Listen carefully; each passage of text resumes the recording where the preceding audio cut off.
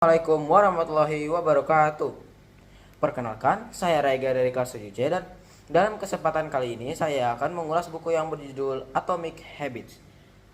Sebelum saya mengulas buku Atomic Habits, saya akan memberikan informasi-informasi umum mengenai Atomic Habits. Atomic Habits adalah buku yang ditulis oleh James Clear dan diterbitkan pada tahun 2018 di Britania Raya dan 2021 di Indonesia Raya. Untuk penerbit resminya sendiri adalah The Penguins Book, dan buku yang diterbitkan oleh Penguins Book memiliki jumlah halaman sekitar 340 halaman. Langsung saja kita langsung ke ulasan buku Atomic Habits. Untuk ulasan buku Atomic Habits, saya akan membagi menjadi 10 poin. 10 poin yang sering disebutkan oleh James Clear di buku ini. Saja ke inti. Jadi,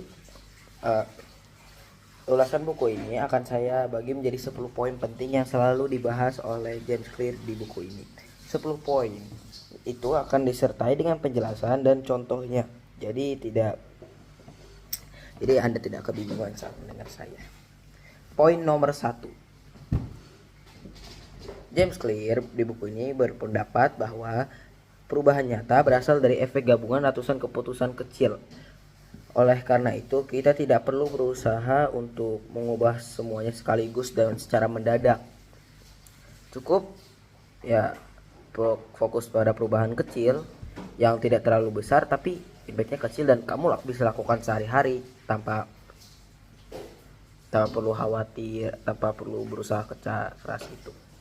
Langsung aja contohnya adalah kalau tujuan kamu itu pengen nurunin berat badan, cukup tidak perlu untuk memulai diet yang keras atau olahraga yang keras setiap hari. Cukup untuk mulai mengurangi asupan kalori harian Anda setiap hari. Ya misalnya kayak 100 kalori gitu dikurangin setiap hari, 100, 200, 300. Nah, itu. Poin nomor 2, fokus pada sistem, bukan tujuan.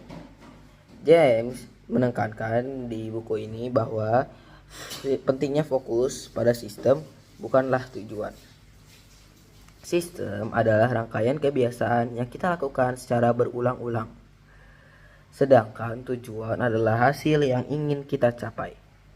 Contohnya adalah kalau tujuan kamu tuh ingin menjadi pembisnis yang sukses, maka kamu harusnya fokusnya tuh ke sistemnya, bukan ke tujuannya. Sistemnya tuh misalnya tuh kayak meneliti pasar, membangun produk dan memasarkan produk kamu gitu dan lain-lain.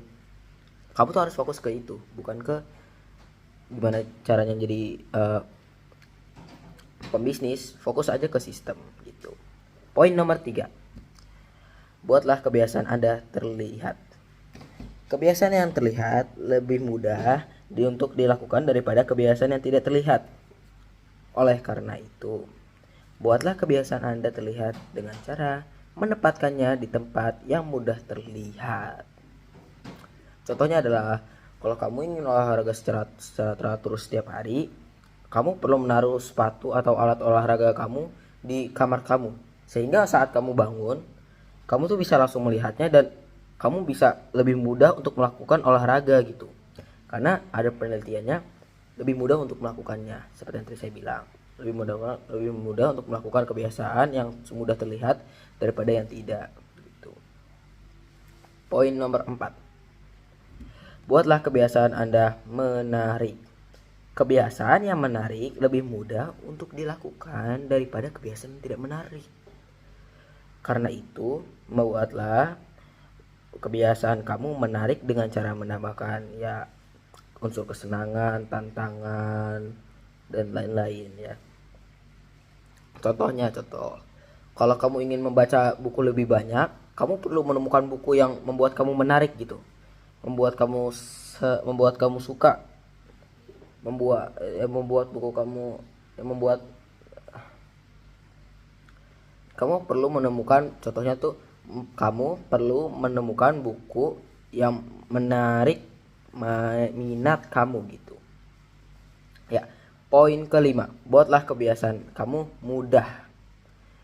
Kebiasaan mudah itu lebih mudah dilakukan daripada kebiasaan yang sulit gitu, yang susah.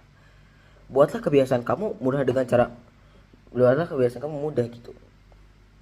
Caranya ada banyak. Contohnya ya salah satunya hilangkan halangan yang bisa menggagalkan kebiasaan yang ingin kamu lakukan. Gitu. Contohnya, kalau kamu ingin menulis blog secara teratur, buatlah blognya itu sederhana dan mudah dipahami gitu, atau mudah dibuat gitu ya kan. Poin nomor 6. Buatlah kebiasaan kamu memuaskan.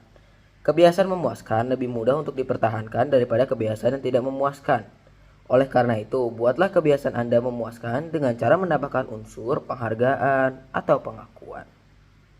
Contohnya, kalau kamu udah belajar bahasa baru,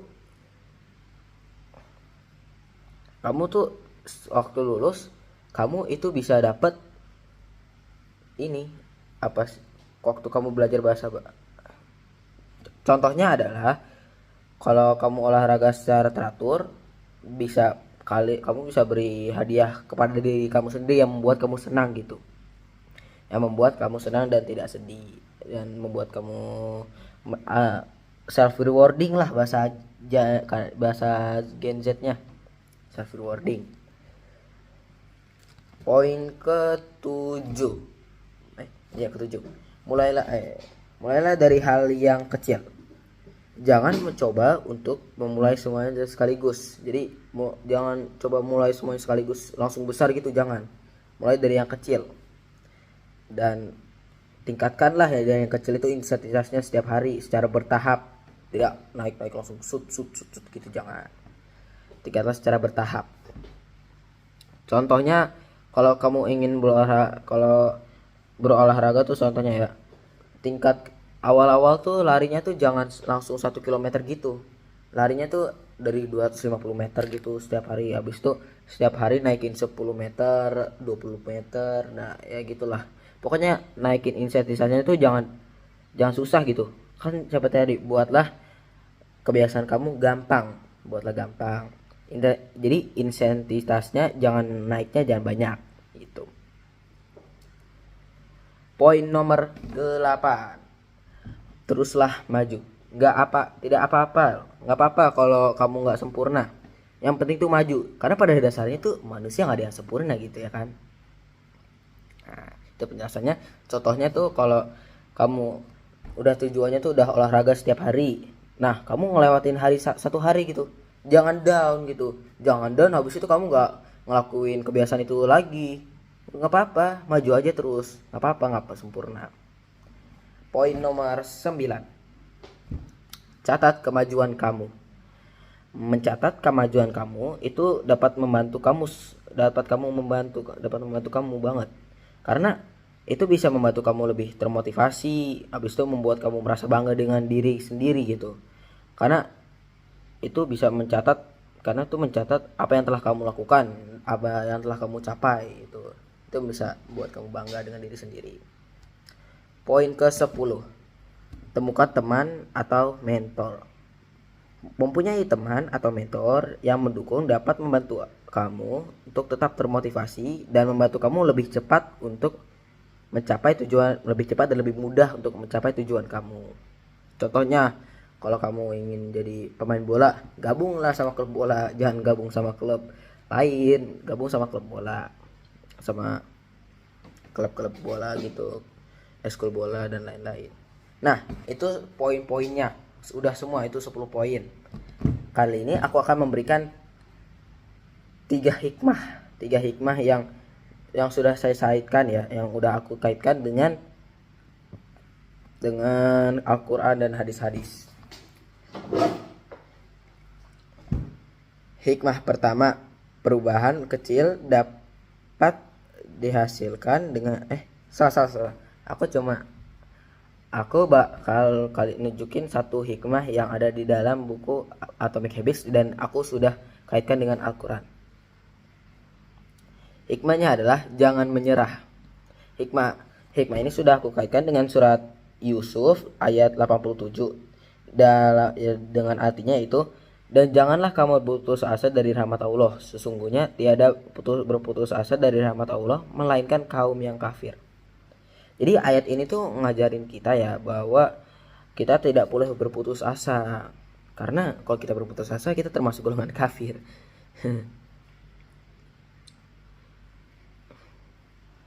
Jadi karena itu kan dibilang kita tidak boleh berputus asa ya. Kata lain dari kita tidak boleh berputus asa tuh kan jangan menyerah ya. Janganlah berputus asa, janganlah menyerah. Nah, itu tuh ada di Atomic Habits. Satu-satunya jangan menyerah, jangan menyerah.